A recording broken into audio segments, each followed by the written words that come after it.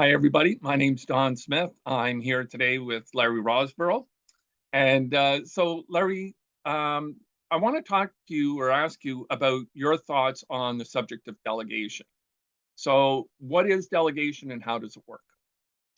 Well, Don, it's a good question. And I think the first thing we have to define is what it's not. So, delegation is not a method of just dumping, or shouldn't be a method of just dumping work that you don't want to do yourself. There's lots and lots of books and articles written on delegation. But really, the simplicity part of it is it's moving some work or a task that you do to somebody else in your organization. Okay, so why would we want to delegate a task if not to just get it off of our plate and onto somebody else's? Well, there's a couple of very good reasons why you may want to delegate a task to somebody, Don. First is, are you really the right person to be doing the task in the first place? Okay, Yeah. maybe it's something that you really aren't the right person to do. Or is there somebody else in your organization that could do it quicker, more efficiently than you? And a third possibility is, if you were to delegate this task to somebody else, is it possible that it helps enrich their job and makes their job a little more enjoyable, a little more fulfilling for them?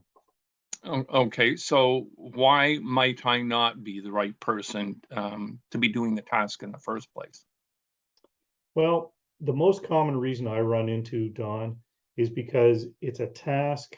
This particular task is something that you've carried over from a previous position. And this happens quite frequently. What happens is you're doing a task in this position, maybe a small organization, and you carry that task with you to the next position and then to the next position. And I've spoken to lots of leaders, and what I ask them to do is to critically think about the tasks that they do. And sometimes they find out that they're still doing a task maybe from 2, 3, 4 positions ago because it was just easier to carry it on and keep doing it. And now they're too busy.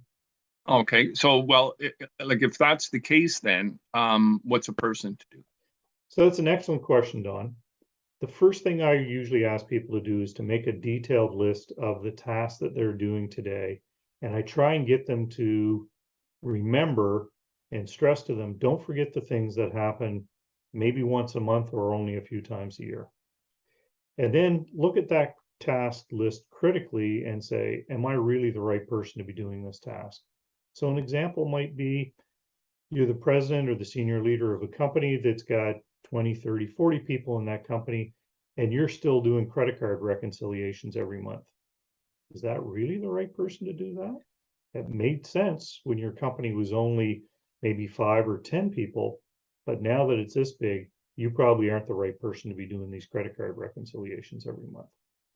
So once we've determined that a task should be moved to somebody else, then we start the work of moving that to somebody else, delegating it. Okay, so that makes sense. But do you just say, "Hey, Jack, this is now your task, so have fun with it"?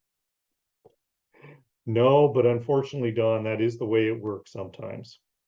If you want to delegate a task to someone, there is some work required to make this happen. And the two key words in this are competence and confidence. Competence is making the person, giving them the training and giving them the skills so that they can do the task.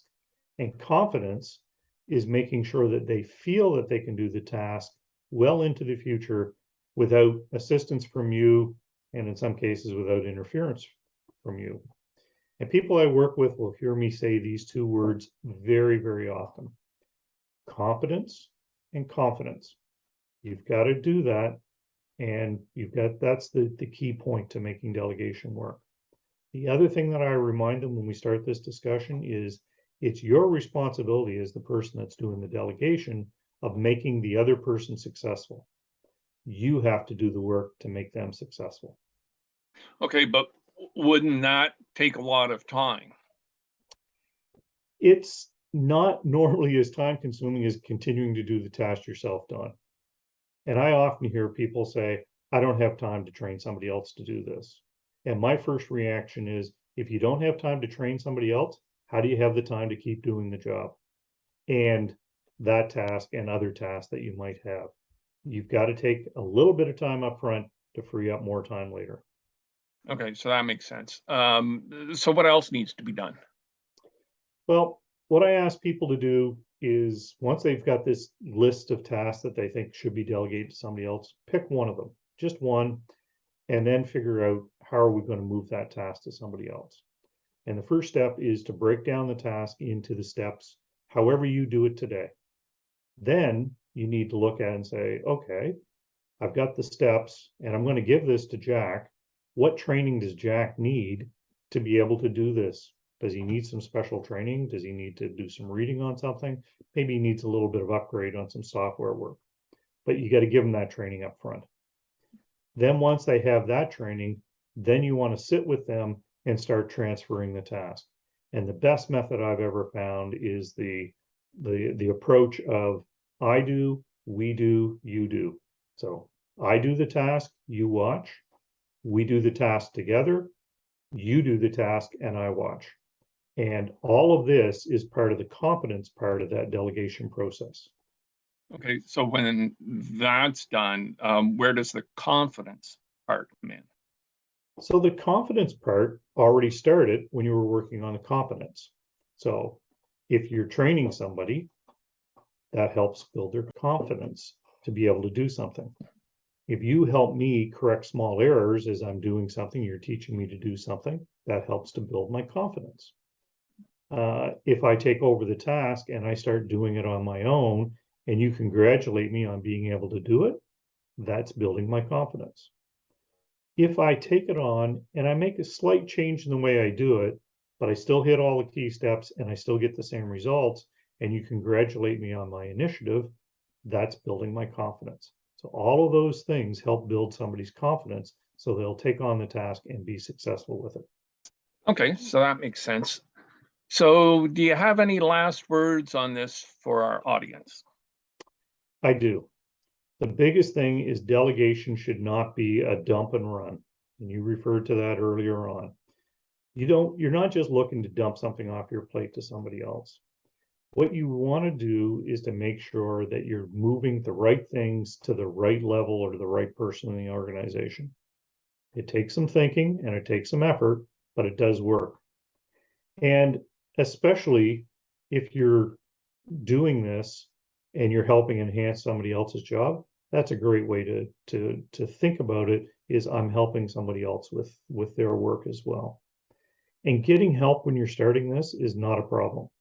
I mean, that's a good sign of a leader, is somebody that says, hey, I need some help in doing this.